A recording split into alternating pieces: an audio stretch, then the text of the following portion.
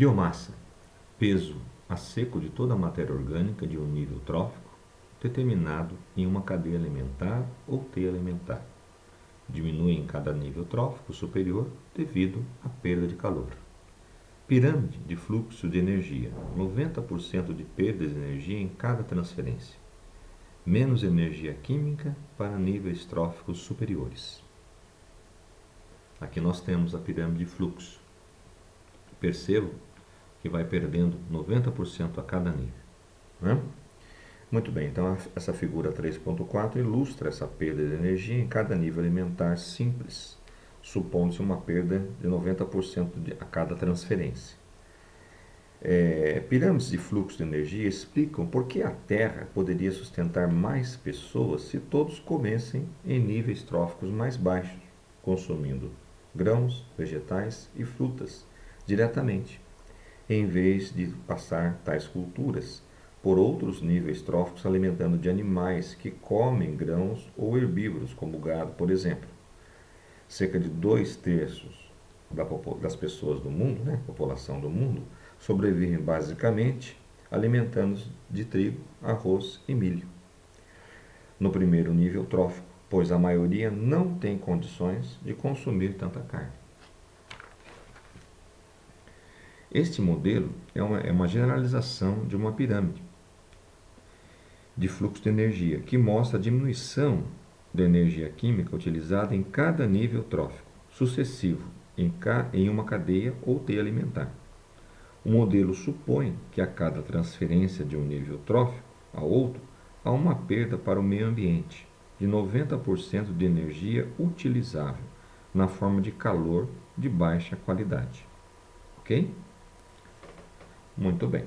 A grande perda de energia química entre os sucessivos níveis tróficos explica como as cadeias e teias alimentares raramente têm mais de 4 ou 5 níveis. Na maioria dos casos, sobra muito pouca energia após 4 ou 5 transferências para suportar animais alimentando-se nesses altos níveis tróficos. Portanto, há menos tigres em florestas tropicais e outras áreas do que insetos, por exemplo. Quanto mais energia um animal precisa, menos ele vai aparecer aí na natureza, porque precisa de muito alimento para ele manter a sua sobrevivência. Muito bem. Alguns ecossistemas produzem matéria vegetal mais rapidamente que outros.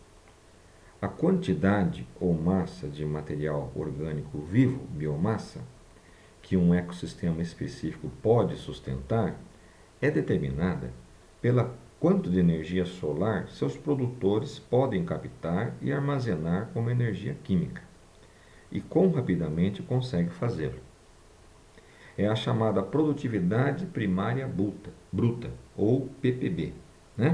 É uma taxa em que os produtores de um ecossistema, geralmente plantas, podem converter energia solar em energia química, na forma de biomassa encontrada em seus tecidos.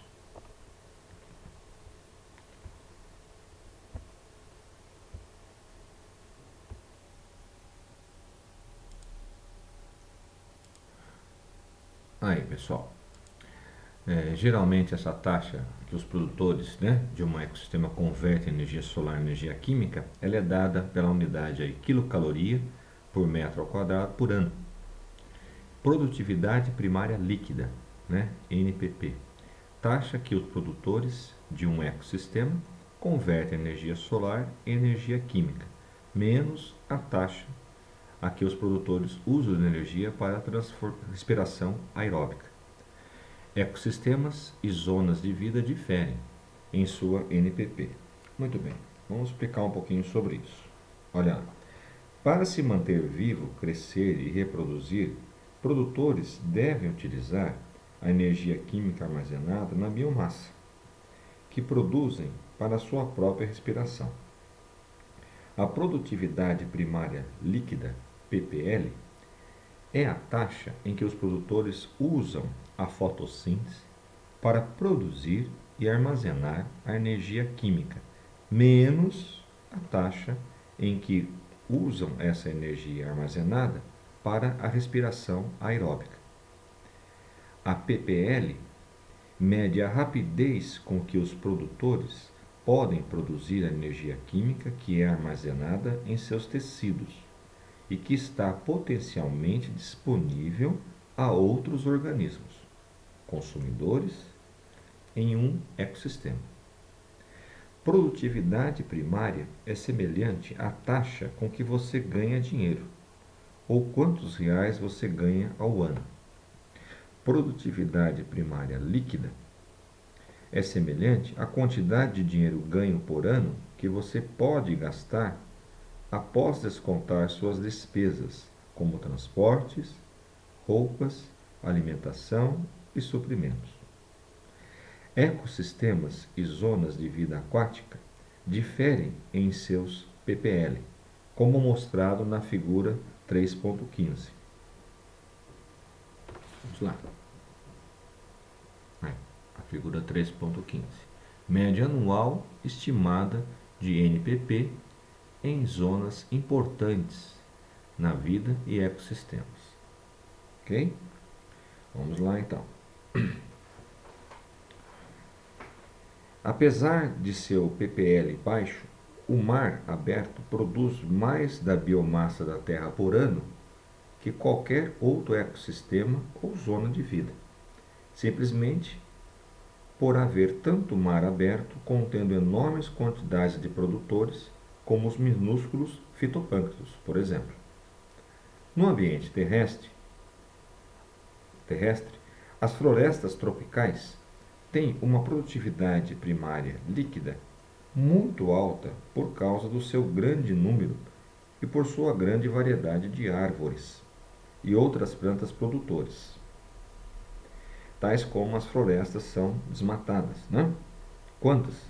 E o que acontece então com isso? Né? Elas são transformadas em pastagens, transformadas, né, em área de construção, resort, hotel. O que acontece com isso? Né? Há uma forte queda da produtividade primária líquida e perda de muitas das diversas espécies animais e vegetais. Como vimos, produtores são a fonte de todos os nutrientes em um ecossistema disponíveis para os próprios produtores e para os consumidores e decompositores que se alimentam deles. Somente a biomassa representada pela ppl está disponível como nutrientes para consumidores, que usam somente uma porção dessa quantidade. Assim, o ppl do planeta limita o número de consumidores, incluindo os humanos, que podem sobreviver na Terra. Essa é uma importante lição da natureza.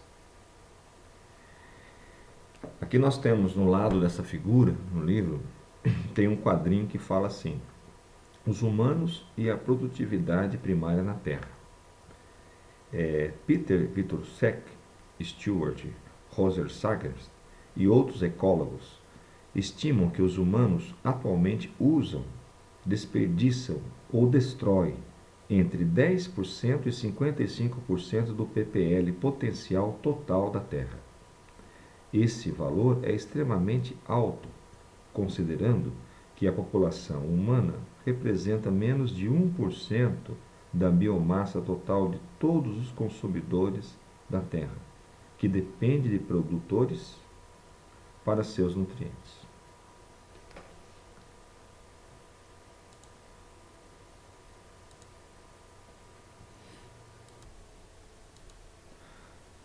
O que acontece com a matéria em um ecossistema? Matéria na forma de nutrientes circula dentro e entre os ecossistemas e a biosfera, e as atividades humanas estão alterando esses ciclos químicos. Muito bem. Os elementos e compostos que formam os nutrientes movem-se continuamente pelo ar, água, rocha, solo e organismos vivos nos ecossistemas, bem como na biosfera, nos chamados ciclos biogeoquímicos, literalmente, ciclos de vida terra químicos, ou ciclos de nutrientes. Isso está de acordo com um dos 3 princípios da sustentabilidade. Estes ciclos, digeridos direta ou indiretamente pela energia solar recebida e pela gravidade da Terra, inclui os hidrológicos, a água, os do carbono, o do nitrogênio, do fósforo, do enxofre e outros. Tá? Então, esses ciclos são dirigidos diretamente ou indiretamente por isso, pela energia solar, pela gravidade da Terra. Importante componente do capital natural da Terra, mas as atividades humanas o estão alterando. Conforme os nutrientes se movem pelos seus ciclos biogeoquímicos, podem se acumular em determinadas partes destes e assim permanecer períodos de tempo diferentes. Esses locais de armazenamento temporário, como a atmosfera, os oceanos e outros corpos de água e depósitos subterrâneos, são chamados de reservatórios. Muito bem, pessoal. Essa é a parte, então, que nós vamos finalizar hoje da nossa aula.